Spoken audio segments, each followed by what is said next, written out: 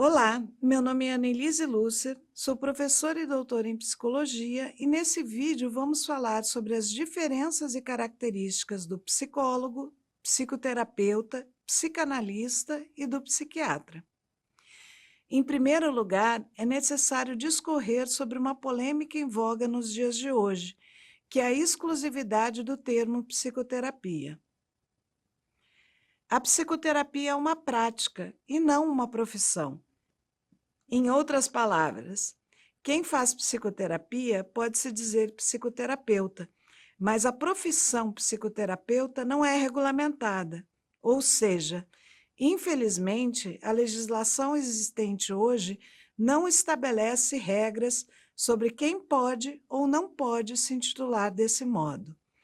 Então, muitos profissionais sem qualquer especificação ou formação usam esse termo sem estarem sujeitos à punição. Existe uma consulta pública no Senado e projetos de lei que visam delimitar o uso deste termo a psicólogos e médicos, mas até hoje nenhum deles conseguiu progredir na tramitação. Recentemente, o Conselho Federal de Psicologia tem realizado diversos debates com a categoria e com a população em geral, a fim de angariar apoio para fazer avançar um destes projetos de lei no Congresso Nacional, mas o momento político não tem se mostrado favorável. Já o termo psicólogo só pode ser utilizado por quem concluiu uma faculdade de psicologia reconhecida pelo Ministério da Educação e Cultura e se registrou no Conselho Regional de Psicologia. Este registro atribui a cada psicólogo um número, através do qual pode ser rastreada qualquer processo ético ou falta disciplinar cometido pelo mesmo. Toda publicidade feita por psicólogos deve ser acompanhada por esse número.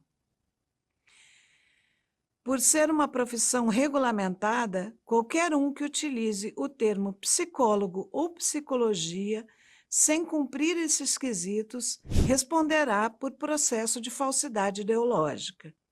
É importante salientar que o Conselho não pode fiscalizar não psicólogos, mas ele acolhe as denúncias e as encaminha para o Ministério Público e para a Polícia Civil, pois essa prática é um crime. Mas então, qual é o papel do Conselho de Psicologia? Ele fiscaliza as ações dos psicólogos. Através do Código de Ética e das resoluções do CFP, que sempre são nacionais, se estabelecem as normas daquilo que um psicólogo pode e não pode fazer. Essas normas dizem respeito a quais práticas são reconhecidas e quais são proibidas, como, por exemplo, regras para confecção de documentos, sigilo, práticas discriminatórias, utilização de testes psicológicos, relação psicólogo-usuário de serviços psicológicos, entre tantas outras. Quando o psicólogo é denunciado por não seguir as regras estabelecidas pelo Conselho, ele responde a um processo disciplinar.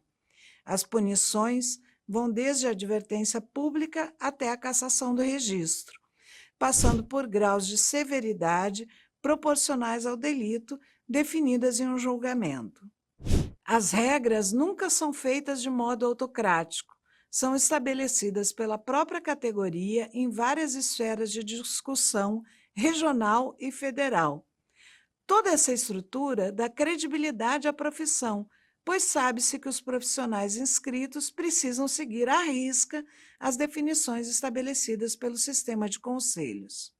Já os psicanalistas são profissionais com ensino superior que fazem formação em psicanálise. E aqui temos outra polêmica. A psicanálise, como a psicoterapia, não é uma profissão regulamentada.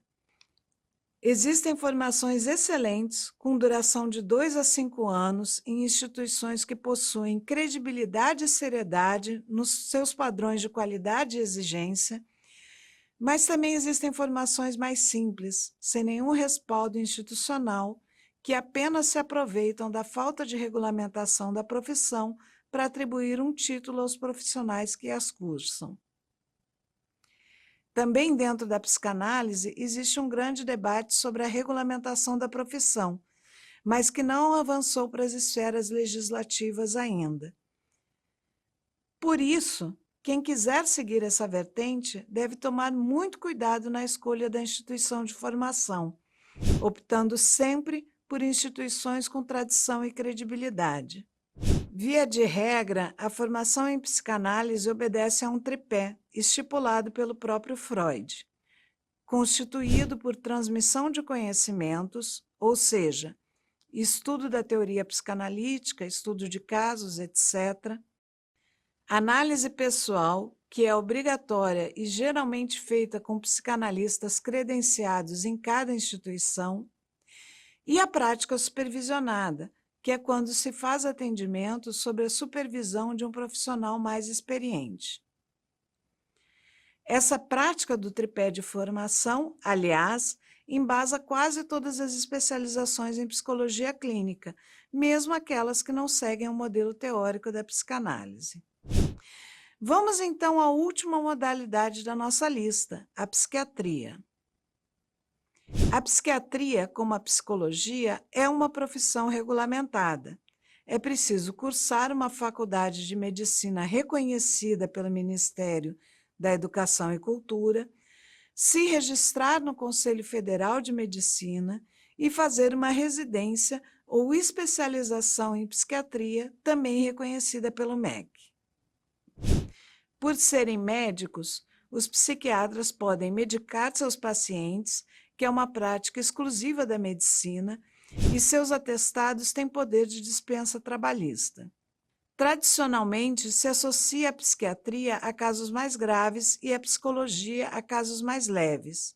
Isso porque, no século XVIII e XIX, a psicologia se interessava mais pelos parâmetros de normalidade, enquanto os pacientes com sintomas graves eram sempre tratados em hospitais psiquiátricos, os manicômios.